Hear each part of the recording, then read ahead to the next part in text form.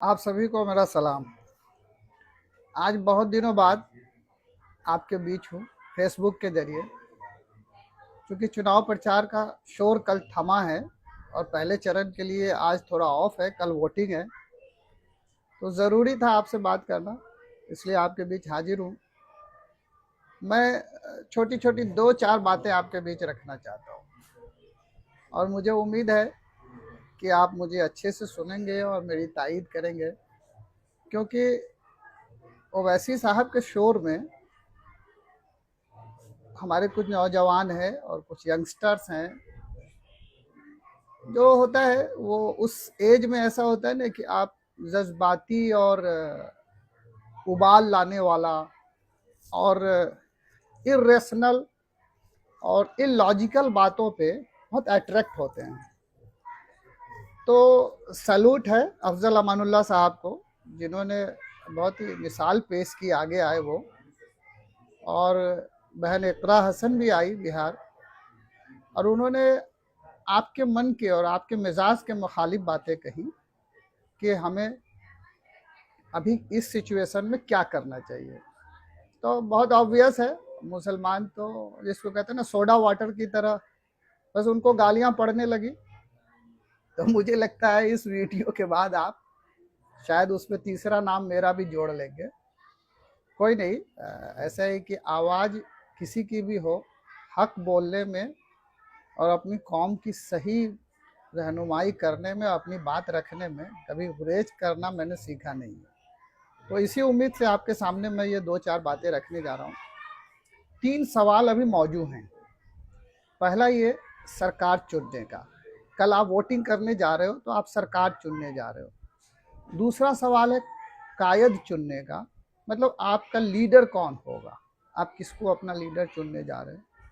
और तीसरा सवाल है आपकी नुमाइंदगी का, आपके रिप्रेजेंटेशन का, कि इस व्यवस्था में आपका क्या रिप्रेजेंटेशन होगा।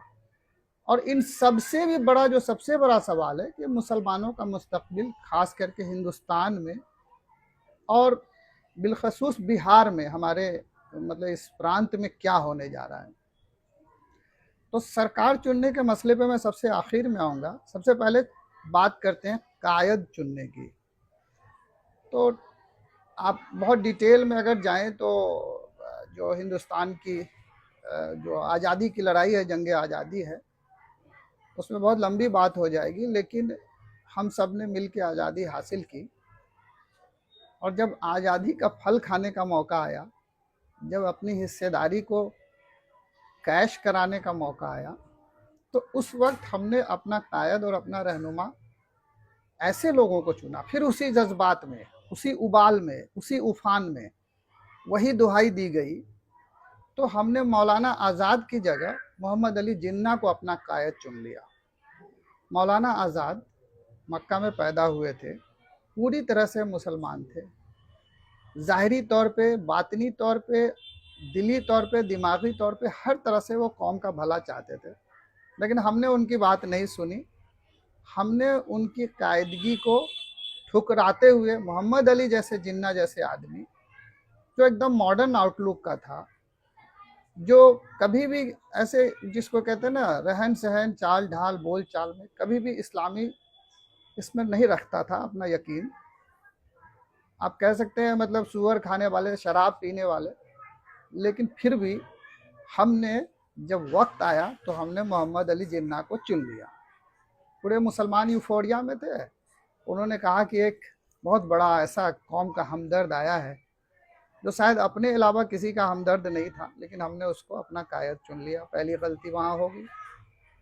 उसके बाद आज के दौर में क्या है, आज के दौर में हर पार्टी आपसे वोट मांगने जाती है तो आप कहते हो कि इसमें अब्दुल कहाँ है, आपको वहाँ पे अब्दुल दिखना चाहिए। आपकी डिमांड है वहाँ पे अब्दुल की। और अब्दुल की पहचान क्या है कि अब्दुल दाढ़ी रखेगा, टोपी पहनेगा और कंधे पे शमाग रखेगा, जो वो फिलिस्तीनी गमछा होता है। तो आपकी चाहत वही है, आप चाहते हो कि आपके बीच अब्दुल ही आए। तो कोई भी पार्टी हो, चाहे वो सेकुलर पार्टी हो या नॉन सेकुलर पार्टी हो, बीजेपी आपके मतलब खुले तौर पे आपकी मुखालफत करती है, उसमें कोई ढकी छुपी बात तो है नहीं। लेकिन जो सेकुलर पार्टियां हैं वो ये जानती है कि आपको कारी शुएब चाहिए, आपको मौलाना बलियावी चाहिए, आपको हेलीकॉप्टर में ओसामा जैसे हुलिया का आदमी चाहिए, तो वो वही देती है आपको। तो खैर, इससे आगे बढ़ते हैं। वही सोच और वही जज्बा को लेके अब आप एक नया नारा गढ़ रहे हो। आप कह रहे हो कि अब्दुल दरी कब तक बिछाएगा, अब्दुल दरी नहीं बिछाएगा। और इस नारे को क्वाइन करने वाले, इसको बढ़ावा देने वाले और सोशल मीडिया पे इसको आग की तरह फैलाने वाले सिर्फ और सिर्फ जनाब ओवैसी साहब हैं, उनके कुछ खास लोग हैं, उनके पार्टी से जुड़े हुए मनसलिक लोग हैं, उनके सोशल मीडिया प्लेटफॉर्म हैं।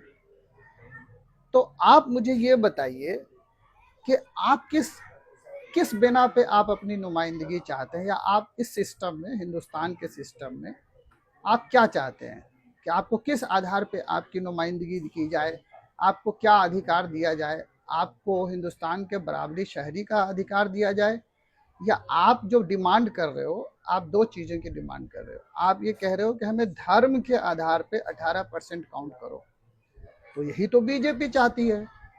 बीजेपी यही चाहती है कि आपको मुसलमान समझ के मुसलमान काउंट किया जाए, आपको दोयम दर्जे का नागरिक बनाया जाए, आपके नागरिक अधिकार छीन लिए जाए, आपको सरकार की हिस्सेदारी से बाहर कर दिया जाए, आपको सिस्टम के शमूलियत से बाहर कर दिया जाए। तो मुसलमान को ये सोचने की ज़रूरत है कि क्या हम सभी मुसलमान को कह सकते हैं कि हम एक हैं और हम एक ही पार्टी को वोट करते हैं, हम में आपस में कोई अलग नहीं है, और 18% के 18% हम लोग 100% किसी एक पार्टी को वोट कर सकते हैं। क्या आप इस बात की गारंटी लेते हो? अगर आप इस बात की गारंटी लेते हो तो पार्टियां भी कहेगी कि हाँ भाई, हमारा एक धर्म है जो हमें 100% वो देता है और उसी धर्म से हमारी सरकार बनती है। क्या आप सिर्फ 18% का अगर 100% भी वोट किसी एक पार्टी को देते हो तो क्या आप सरकार बनाने की हालत में हो? और सपोज करिए कि हम सब लोग मिलकर ओवैसी साहब को वोट दे दें, क्या होगा मुस्तकबिल बिहार का? गौर करिएगा इस बात पे। देखिए, ऐसा है, आबादी किसी को महान नहीं बनाती है। पूरी दुनिया में सिर्फ 2% यहूदी है। दुनिया में सिर्फ एक मुल्क है जहां का राष्ट्रपति इजराइल का यहूदी है, लेकिन हुकूमत किसकी चलती है? हुकूमत चलती है यहूदियों की। आज जो टेस्ला का चीफ है वो कहता है अमेरिका के राष्ट्रपति को मैं बनाता हूँ। मैं राष्ट्रपति बनता नहीं, मैं बनाता हूँ। मैं जिस दिन चाहूँ राष्ट्रपति बन जाऊँ, लेकिन मैं खुद नहीं राष्ट्रपति बनूंगा। मैं अमेरिका को क्या, मैं दुनिया को चलाऊंगा, लेकिन मेरी आबादी सिर्फ 2% है। यानी कि कोई नेग्लिजिबल उनका प्रेजेंस है, लेकिन हर जगह साइंस में, हर जगह जिसको कहते हैं ना, आपको मेटेरियलिस्टिक वर्ल्ड और दुनियावी तरक्की में अब यहूदी सबसे आगे। सारे इन्वेंशन, सारे खोज, सारे नोबेल प्राइज, सब कुछ उन्हीं के पास है। और हिंदुस्तान का आपको एक छोटा सा एग्जाम्पल देते हैं। हिंदुस्तान में सिर्फ 2 करोड़ सिख हैं। सारे सिख जो हमारे ब्रदर है सर उठा के चलते हैं। हिंदुस्तान क्या, हिंदुस्तान के बाहर भी कोई उनका सर झुका सकता है क्या? वो है उस समाज की खूबी, उस समाज की एकता, उस समाज की तरक्की याफ्ता सोच, उस समाज की लगन, एक दूसरे के साथ खड़े होने की धुन। आप कह सकते हो कि आप सिखों का कोई भी कंडक्ट, कोई भी आचरण आपकी कौम में है या आपके बीच है, तो सिर्फ जाति, धर्म और ये कहना कि हम 18% है, हम 18% है, हमारा काट के हिस्सा दे दो। अरे इसी हिस्सेदारी को मांगने के चक्कर में आपने एक बार हल्ला किया था और औंधे मुंह गिरे। आज तक उस गलती की सजा आज तक हिंदुस्तानी मुसलमानों को दी जा रही है। आगे बढ़िए इससे। तो ओवैसी साहब एक अच्छे इंसान हैं, बेहतर मुकल्लिम है, मुसलमानों के लिए अच्छी सोच रखने वाले आदमी हैं, लेकिन खुद को अब्दुल कहना, खुद को दरी बिछाने वाला कहना, ये तो खुद को जलील करना हुआ ना। आप काबिलियत पैदा करो ना। आप ये कहोगे कि हम जो है नंबर में ज़्यादा हैं तो हमें ये हमारा हिस्सा काट के दे दो, ये सोच अलग तरह की सोच है। ये सोच नहीं रखनी है। वो मैं उनसे पूछना चाहता हूँ कि मुसलमानों का भला क्या सिर्फ मुसलमान कर सकता है क्या? है? मुसलमानों की हितों की रक्षा क्या सिर्फ मुसलमान ही कर सकता है? मुसलमानों का भला कंपोजिट कल्चर में है, इस मुल्क की साझी विरासत में है। मुसलमानों का भला सबको साथ लेकर चलने में है। मुसलमानों का भला आईनी तहफ़्फ़ुज़ और कॉन्स्टिट्यूशनल राइट की बहाली में है। वो कौन करा सकता है? वो वही लोग करा सकते हैं जो आपके साना बसाना इस मुल्क में सेकुलरिज्म की लड़ाई लड़ रहे हैं, जो आपकी आवाज़ बन रहे हैं। तो इस मुद्दे पे ओवैसी साहब ने बंगाल में भी इलेक्शन लड़ा है। उन्होंने यही जज्बात और यही मसला वहाँ भी उभारा था। उन्होंने यूपी में भी लड़ा है, महाराष्ट्र में भी लड़े, कई जगह गए। अब बता दीजिए कहाँ उनको कामयाबी मिली? तो इस तरह से मतलब समाज में और अपने खुद के समाज को गुमराह करना, एक वोट को एक पॉकेट में ले जाना। आप अगर ओवैसी साहब के बहकावे में आए और वोट को एक पॉकेट में डाला, उसका नतीजा क्या होगा वो आपको भी मालूम है। उसमें कोई भी रॉकेट साइंस नहीं है, उसका नतीजा आपको पता है क्या होने वाला है। तो ओवैसी साहब ने हर जगह जोर आजमाइश की है, उनकी कोशिशों से भारत जलाओ पार्टी को ताकत मिलती है। बीजेपी आपका सियासी और सामाजिक खात्मा करना चाहती है, आपके जमहूरी, सियासी और कानूनी अधिकार छीनना चाहती है। जो कमज़ोर है, जो कम पढ़ा लिखा है, जो गरीब है, पिछड़ा है, अल्पसंख्यक है, उसकी तो हर जगह हकमारी हो रही है। तो ये तो बीजेपी वाले ये तो संविधान बदलना चाहते हैं, ये आपसे आपकी आज़ादी छीनना चाहते हैं, आपको दोयम दर्जे का नागरिक बनाना चाहते हैं, आपको बराबरी का अधिकार जो आपको मिला हुआ इस कानून ने दिया, उस कानून को बदलना चाहते हैं। तो आप इस पचड़े में क्यों पड़ते हो कि विधायक कौन बन रहा है?